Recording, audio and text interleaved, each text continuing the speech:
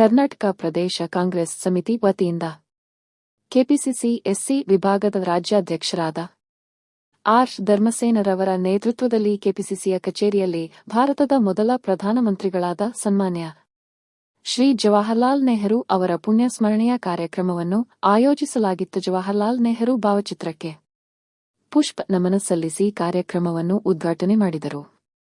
ಇನ್ನು ಕಾರ್ಯಕ್ರಮದಲ್ಲಿ ಕೆಪಿಸಿಸಿ ಕಾರ್ಯಾಧ್ಯಕ್ಷರು, ಸಂಸದರು, ಸಚಿವರು, ಶಾಸಕರು, ಪಕ್ಷದ ಹಿರಿಯ ನಾಯಕರು ಮತ್ತು ಕೆಪಿಸಿಸಿಯ ಪದಾಧಿಕಾರಿಗಳು ಕಾರ್ಯಕ್ರಮದಲ್ಲಿ ಭಾಗವಹಿಸಿದರು. ಕಾರ್ಯಕ್ರಮದ ಕೊನೆಯಲ್ಲಿ ರಾಜ್ಯಾಧ್ಯಕ್ಷರಾದ ಆರ್ ಧರ್ಮಸೇನರವರು ಶ್ರೀ ಜವಾಹರಲಾಲ್ ನೆಹರೂರವರ ಕುರಿತು ನಮ್ಮ ಎಂಜಿಎಂ ನ್ಯೂಸ್ ಮಾಧ್ಯಮದ ಜೊತೆ ಮಾತನಾಡಿದರು. ಪುಣ್ಯಸ್ಮರಣೆ ಕಾರ್ಯಕ್ರಮವನ್ನು ಕರ್ನಾಟಕ ಪ್ರದೇಶ ಕಾಂಗ್ರೆಸ್ ಸಮಿತಿ ವತಿಯಿಂದ ಆಚರಣೆ ಮಾಡಲಾಯಿತು.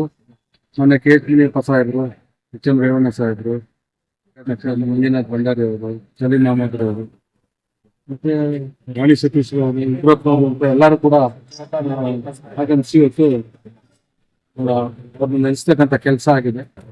ನಾವು ಕೂಡ ಜವಾಹರಲಾಲ್ ನೆಹರು ಅವರು ಯಾವತ್ತೂ ಮರೆಯಲಾಗದೇ ಇರತಕ್ಕಂಥ ಒಬ್ಬ ಪ್ರಧಾನಮಂತ್ರಿಯಾಗಿ ಕಾರ್ಯನಿರ್ವಹಿಸಿದರು.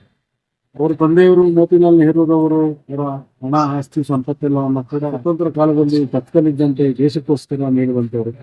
ಅದಾದ ನಂತರ ಅವರು ಜೈಲುವಾಸವನ್ನು ಅನುಭವಿಸುವಂತವರು. ಹಾಗಾಗಿ ಜವಾಹರಲಾಲ್ ನೆಹರೂರವರು ಸರ್ವಕಾಲಿಕ ಕಾಂಗ್ರೆಸ್ಸಿನ ಮತ್ತು ಭಾರತ ದೇಶದ ನಾಯಕರಾಗಿ ಹೊರಹೋಗ್ತಾರೆ. ಬಹಳ ಪ್ರಮುಖವಾದ ವಿಚಾರ ಏನು ಗೊತ್ತಾ, ಅವರು ಈ ದೇಶದ ಮೇಲೆ ಎಷ್ಟು ಅಭಿಮಾನ ಇಟ್ಟಿದ್ರು ಅನ್ನೋದಕ್ಕೆ ಒಂದು ಫಾರಿನ್ ಡೆಲಿಗೇಷನ್ ಬರುತ್ತೆ ವಿದೇಶಿಗರು. ಅವ್ರು ಹೇಳ್ತಾರೆ, ನೀವು ಆದ ನಂತರ ಈ ದೇಶದಲ್ಲಿ ಯಾರನ್ನು ಕೂಡ ನಾಯಕತ್ವವನ್ನು ಮಾಡ್ತಕ್ಕಂಥವ್ರು ಯಾರು ಕಾಣಿಸ್ತಾ ಇಲ್ವಲ್ಲ ಅಂತ ಹೇಳಿ ಒಂದು ಪ್ರಶ್ನೆ ಮಾಡಿ ಆಗ ಡೆಲಿಗೇಷನ್ ವಾಜಪೇಯಿ ಅವರು ಸಂಸದರಾಗಿ ಅಲ್ಲಿ ಇರ್ತಾರೆ. ಅವರು ಅವ್ರು ಹೇಳ್ತಾರೆ, ವಾಜಪೇಯಿ ಅವ್ರನ್ನ ಕರೆದು ತೋರಿಸಿ ಇವರು ಈ ದೇಶವನ್ನ ಮುನ್ನಡೆಸ್ತಕ್ಕಂಥ ಶಕ್ತಿ ಇದೆ ಅಂತ ಹೇಳ್ತಾರೆ. ಹಾಗೆ ಅವರು ಜನಸಂಘದ ಸಂಸದರಿರ್ಬೇಕು. ಇದು ಅವ್ರಿಗೆ ದೇಶದ ಬಗ್ಗೆ ಇದ್ದಂಥದ್ದು. ಇವತ್ತಿನ ಈ ಬಿಜೆಪಿಯವರು ಇದನ್ನೆಲ್ಲ ಅರ್ಥ ಮಾಡ್ಕೊಳ್ಬೇಕು. ಇವತ್ತು ಕರೆದು ಒಬ್ಬ ಕಾಂಗ್ರೆಸ್ ನಾಯಕ ಅಂತ ತೋರಿಸಿ ನಮ್ಮ ನಾಯಕರಾದಂಥ ರಾಹುಲ್ ಗಾಂಧಿ ಅವರಿಗೆ ಹೆಜ್ಜೆಗೂ ಅವಮಾನಗಳನ್ನು ಮಾಡ್ತಕ್ಕಂಥ ಕೆಲಸವನ್ನ ಈ ಬಿಜೆಪಿ ಜನರು ಯಾವತ್ತೂ ಕೂಡ ದೇಶದ ಹೆಸರಿನಲ್ಲಿ ಹೇಳ್ತಾರೆ. ಮಾತನಾಡೋದು ವೇದ ಅಂತ ತಿನ್ನೋದು ಬದನೆಕಾಯಿ ಅಂತಾರಲ್ಲ, ಆ ಥರದ್ದು ಬಿಜೆಪಿ ಅವ್ರು ಮಾಡ್ತಕ್ಕಂಥದ್ದು. ನೆಹರೂರವರು ಆ ಕಾಲದಲ್ಲಿ ತಮ್ಮ ದೊಡ್ಡ ಮೇರು ವ್ಯಕ್ತಿತ್ವವನ್ನ ಪ್ರಾರ್ಥಿಸಿದ್ರು. ಮತ್ತು ಬಹಳ ಪ್ರಮುಖವಾದ ವಿಚಾರ ಏನಿದೆ, ದೇಶ ಇಷ್ಟು ಸಡನ್ ಆಗಿ ಬಹಳ ಕ್ಷಣಿಕ ಕಾಲದಲ್ಲಿ ಹೆಚ್ಚಿಗೆ ಅಭಿವೃದ್ಧಿ ಹೊಂದೋದಕ್ಕೆ ಏನ್ ಕಾರಣ ಅಂತೇಳಿ ವಿದೇಶಿಗರು ಬಂದು ಭಾರತದ ಮೇಲೆ ರಿಸರ್ಚ್ ಮಾಡ್ತಾರೆ. ರಿಸರ್ಚ್ ಮಾಡಿದಾಗ ಬೇಕಾದಷ್ಟು ವಿಚಾರಗಳು ಹೊರ ಹೊಮ್ಮುತ್ತದೆ.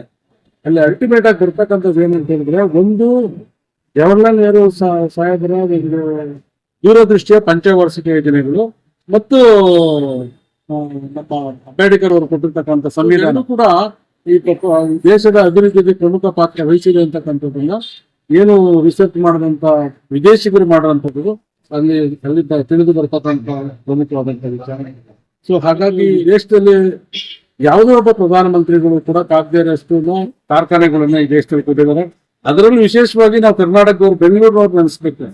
ಇಲ್ಲಿ ಇರ್ತಕ್ಕಂಥ ಕೇಂದ್ರ ಸರ್ಕಾರ ಯಾವುದೇ ಒಂದು ಉದ್ಯೋಗಗಳನ್ನ ಕೊಡೋದಾಗ್ಲಿ, ಕಾರ್ಖಾನೆಗಳನ್ನ ಸ್ಥಾಪನೆ ಮಾಡೋದಾಗ್ಲಿ, ಅದು ನೆಹರು ಅವರು ನಮ್ಮ ರಾಜ್ಯದ ಮೇಲೆ ಮತ್ತು ನಂಬಿಕೆ ಮತ್ತು ನಮ್ಮ ಜನಕ್ಕೆ ಮಾಡಿದಂಥ ಸಹಾಯನ ನಾವು ಯಾವತ್ತೂ ಕೂಡ ಕರ್ನಾಟಕದ ಜನತೆ ಯಾವತ್ತೂ ಕೂಡ ಮರಿಬಾರದು.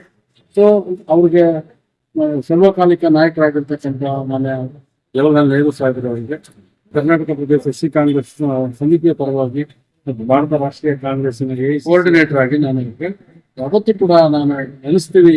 ಅವರ ದೇಶಗಳನ್ನು ಈಡೇರಿಸಿ ಕಾಂಗ್ರೆಸ್ ಪಕ್ಷ ಅಂತ ಮಾಜಿ ವಿಧಾನ ಪರಿಷತ್ ಸದಸ್ಯ, ಪ್ರದೇಶ ಕಾಂಗ್ರೆಸ್ ಸಮಿತಿಯ ಎಸ್ಸಿ ವಿಭಾಗದ ರಾಜ್ಯಾಧ್ಯಕ್ಷ ಮತ್ತು ಇತ್ತೀಚೆಗೆ AICC ಎಸ್ಸಿ ಕೋಆರ್ಡಿನೇಟರ್ ಆಗಿ ಕೇರಳ ತಗೊಂಡಿದ್ದಾರೆ ರಾಷ್ಟ್ರ ಕಾಂಗ್ರೆಸ್ಗೆ. ಮತ್ತು ಕೇರಳದಲ್ಲಿ ನಾನು ಉಸ್ತುವಾರಿನ ವಹಿಸ್ಕೊಂಡಿದ್ದೀನಿ. ನಮಸ್ಕಾರ ಸರ್.